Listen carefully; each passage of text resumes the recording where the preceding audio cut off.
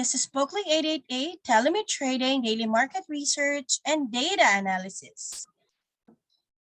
Here are the top 10 most active companies in the Philippine Stock Exchange in terms of volume. Apollo Global traded 323.08 million at a price of 0.078 per share. Next, the Solar Philippines Nueva Ecija with 133.02 million at a price of 1.16. Next, the Alliance Global with 104.04 million at a price of 12 pesos and 5 cents per share. Next, the ATN Holdings with 75.28 million at a price of 64 cents per share. Then the House Stock with 32.46 million at a price of 1.49. Followed by the Nickel Asia with 28.85 million at a price of 6.06. Then the ATN Holdings B with 27.83 million at a price of 74 cents per share. Followed by the Global Ferronickel with 22.39 million at a price of 2.26.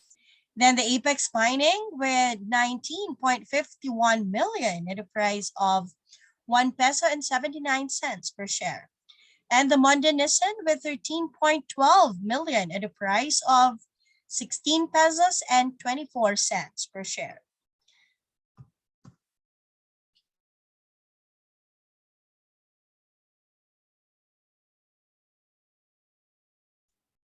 And here are the notable gainers. Led by the Crown Asia Chemicals with 1.76%, followed up by the MREIT with 1.36% gains. Next, the RL Commercial with 0.94%. The Philinvest REIT with 0.66% total gains.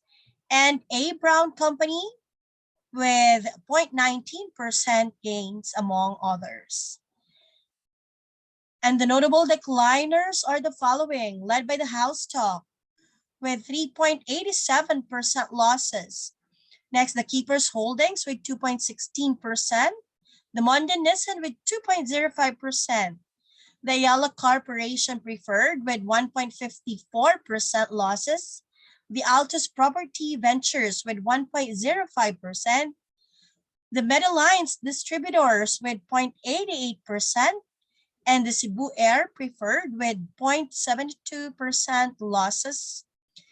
And the Solar Philippines Nueva Ecija with 0.62% losses among others. And this is the latest on Forex. For US dollars, the dollar index traded around 95.5 on Thursday, while the offshore yuan rose toward 6.34 per dollar. The Australian dollar appreciated past 0.721 US dollar.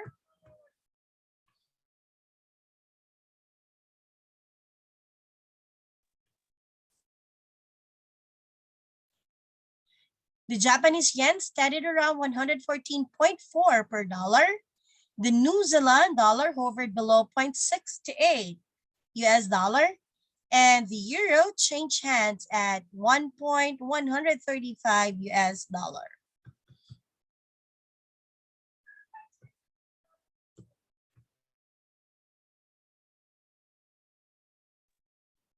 And these are the commodities updates. For gold price,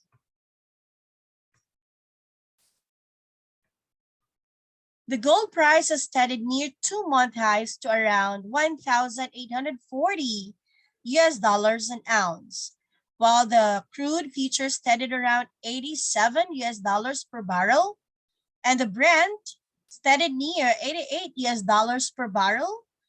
The US natural gas futures fell to around 4 US dollars per million British thermal units, and the gasoline futures climbed above 2.4 US dollars per gallon.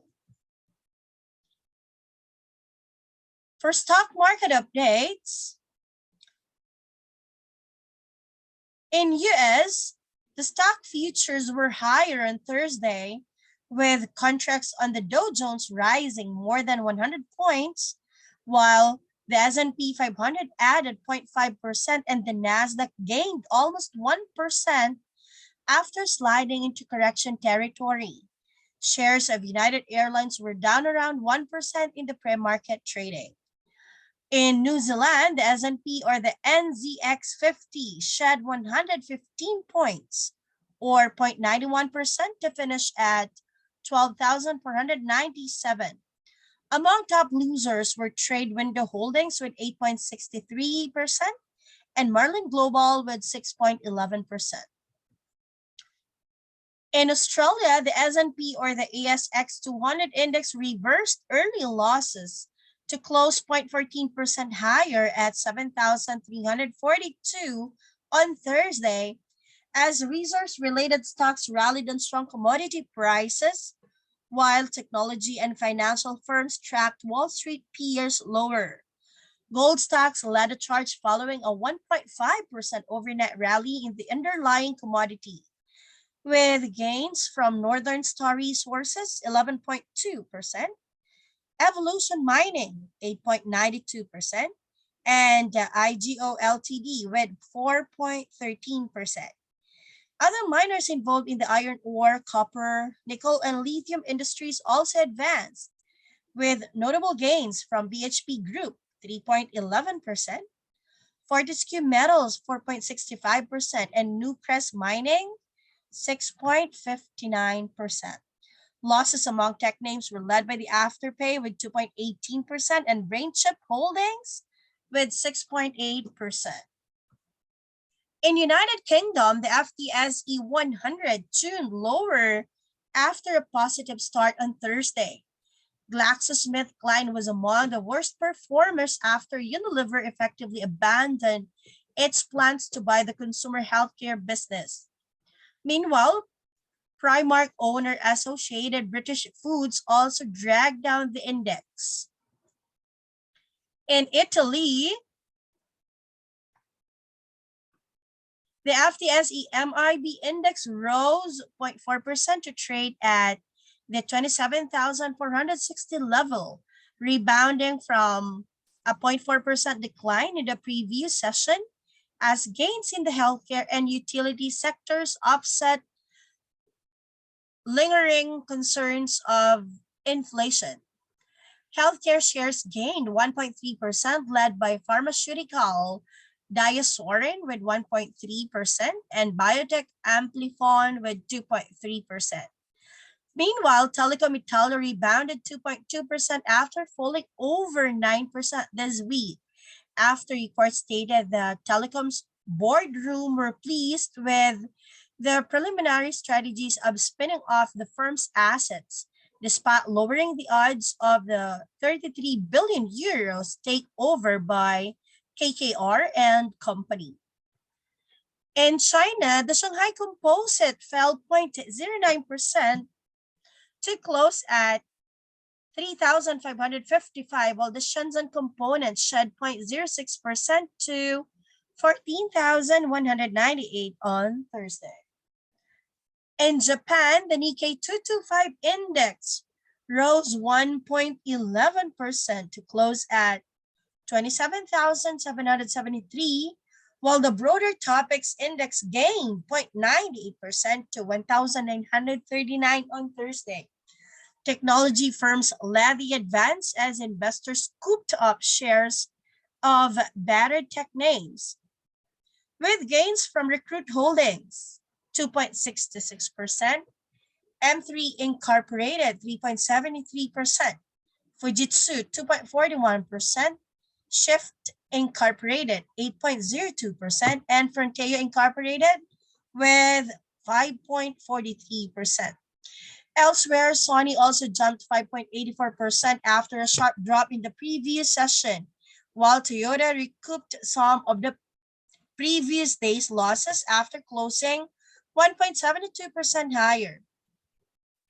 Meanwhile, Japanese chip makers failed to recover from strong selling at the open as they track US peers lower, with losses from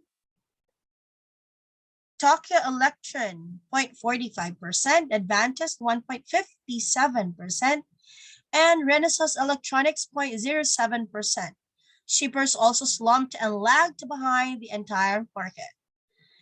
In South Africa, the FTSE or JSE All Share Index was down 0.3% to around 75,950 up after a positive start on Thursday, but not far from a new record high of 76,771 touched early in the session, as losses in oil giant Sasol and finance stocks more than offset gains in miners and tech companies.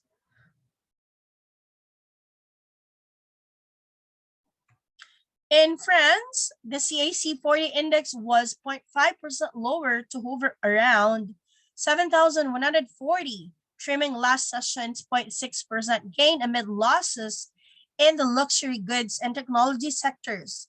On the other hand, Valneva gained 22% after losing 12% in the last session. In Europe, European equity markets traded mostly higher on Thursday. These are the latest on bonds. In Canada, the yield on the Canadian 10-year government bond traded above 1.85%. While in US, the Treasury note edged down for a second day to 1.84%. In Japan, the 10-year JGB rebounded to 0.15%. In United Kingdom, it extended gains above 1.25%.